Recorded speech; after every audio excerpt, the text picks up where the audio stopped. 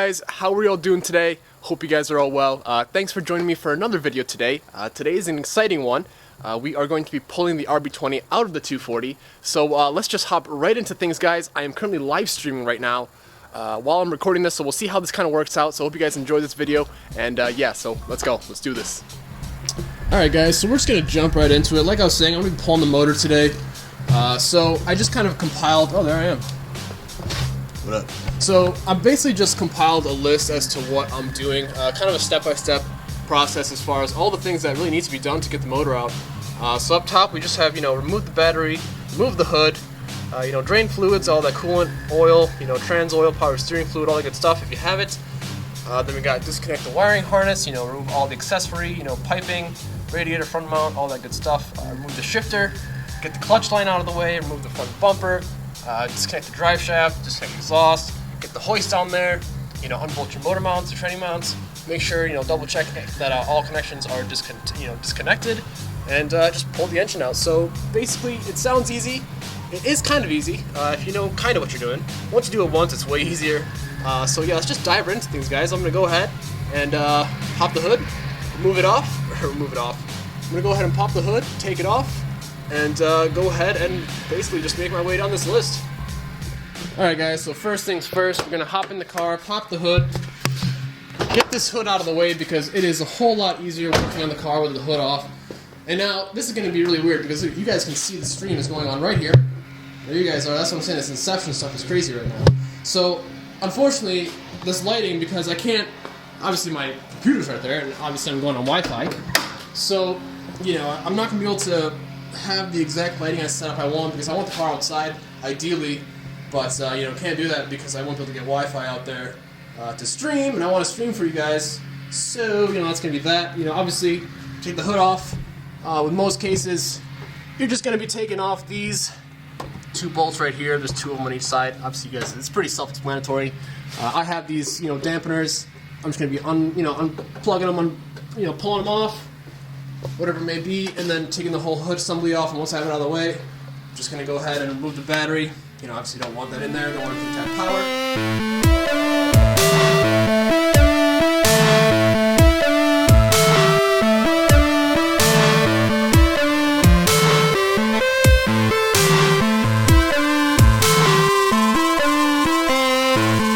Alright guys, so now that we have the battery and the hood removed, obviously, next step is to just go ahead and remove all the drain all the fluids. I'm going to start with the engine oil, coolant, and then move on to the gearbox oil. Obviously, I don't have power steering in my whole setup, so I won't have to worry about that. Just going to go ahead and jack the car up a little bit. Focus. Jack the car up a little bit and remove the oil, take the coolant out, and as well as the gear oil in the back. So yeah.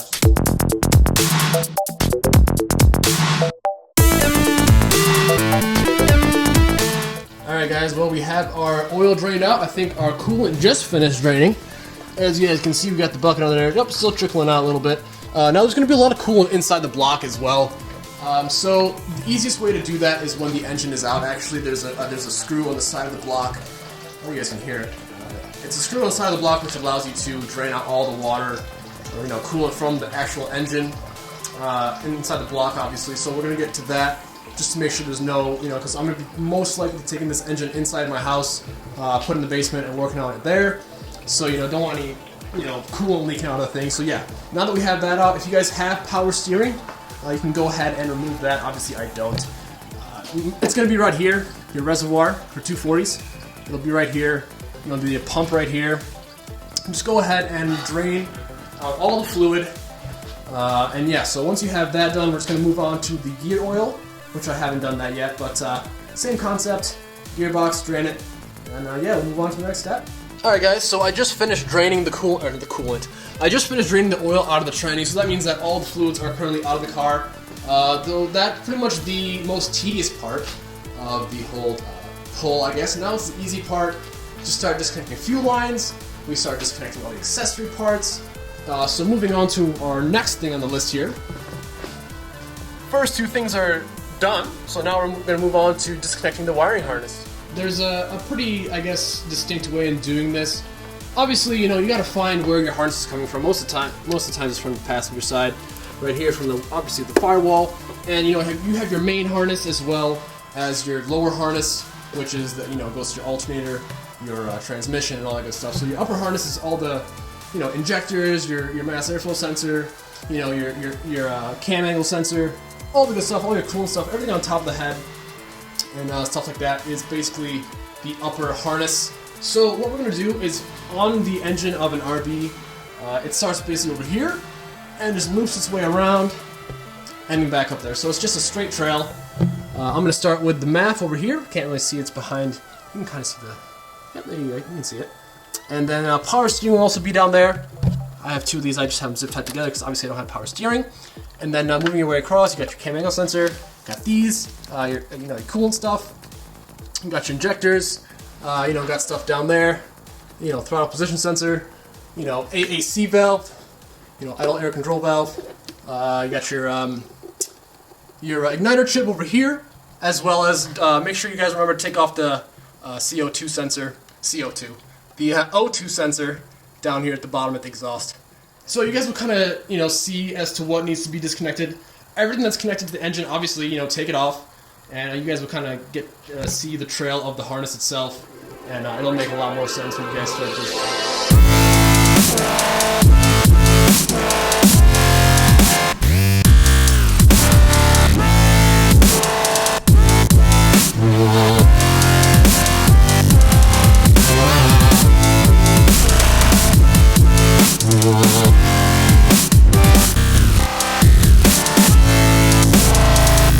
Alright guys, well once you kind of have the whole wiring harness undone, you're not going to really get it out of the engine bay unless you stuff it back through your firewall, which isn't really necessary. You guys can do what you want with it. However, I'm just going to kind of have mine leaving or hanging out just as it is as of now.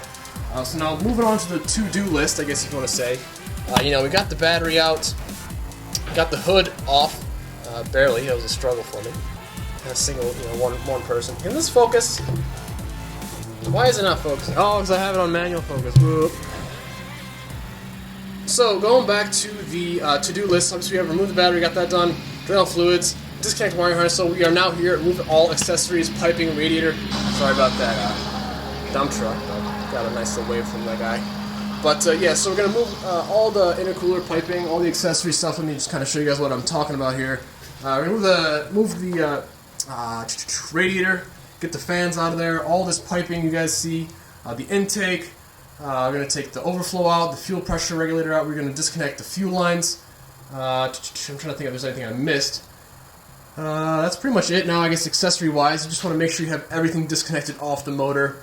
And as well, you guys want to also move down to your lower harness and disconnect, sorry, it's kind of hard to see down there, but disconnect your alternator, your starter, and all that stuff from the lower harness. So once we have that out, the motor's pretty much ready to be pulled out. However, there's just a couple little things you guys want to make sure you have fully done, and just go over, double check, triple check, make sure everything's disconnected. And yeah, so I'm just going to basically get started and remove all the bolt-on stuff, then remove the front bumper to get to the front mount, and yeah, just basically disassembling all the accessory stuff.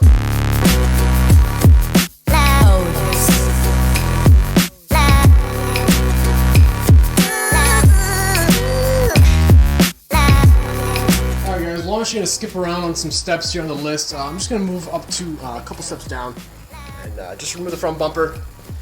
It's going to be a lot easier to get to the radiator and stuff like that, so as well as I have to do it regardless to get the front mount off.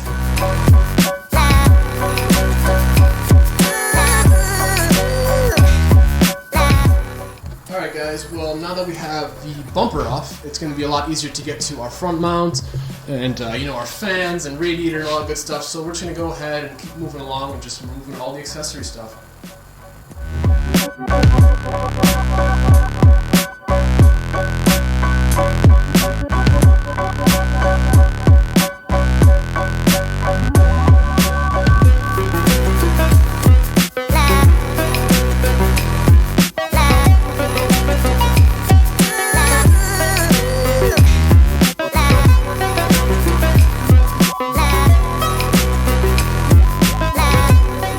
Just to give you a little bit of a progress update, as you guys can see, front mount is off, all of the intercooler piping is out. We are now working on the radiator.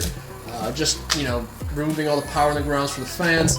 And make sure you disconnect your lower radiator hose down there. What else we got? Vacuum lines, guys, from the blow-off valve. And, as you guys can see over here, I have my boost controller. Got to disconnect the vacuum lines there from the brake booster.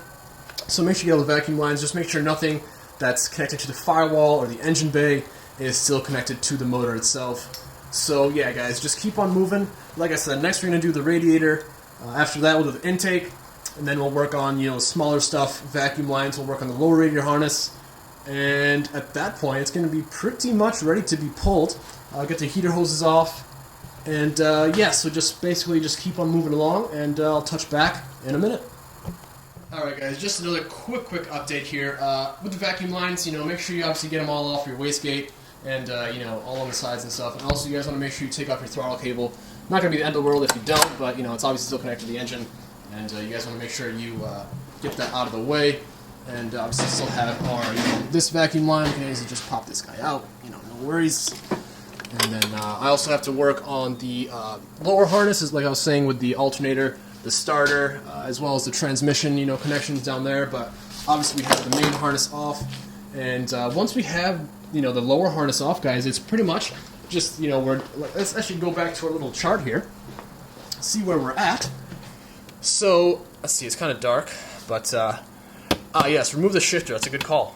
Remove the shifter, we're going to do inside the car for that. Front bumper, yep. Drive shaft, obviously, exhaust, yep. And then, yeah, once we have all those off, attach the hoist, unbolt the mounts, double check. That's it. Easy stuff, guys, easy stuff. A lot of people think this is actually kind of hard, but it's actually really easy. It's not hard whatsoever.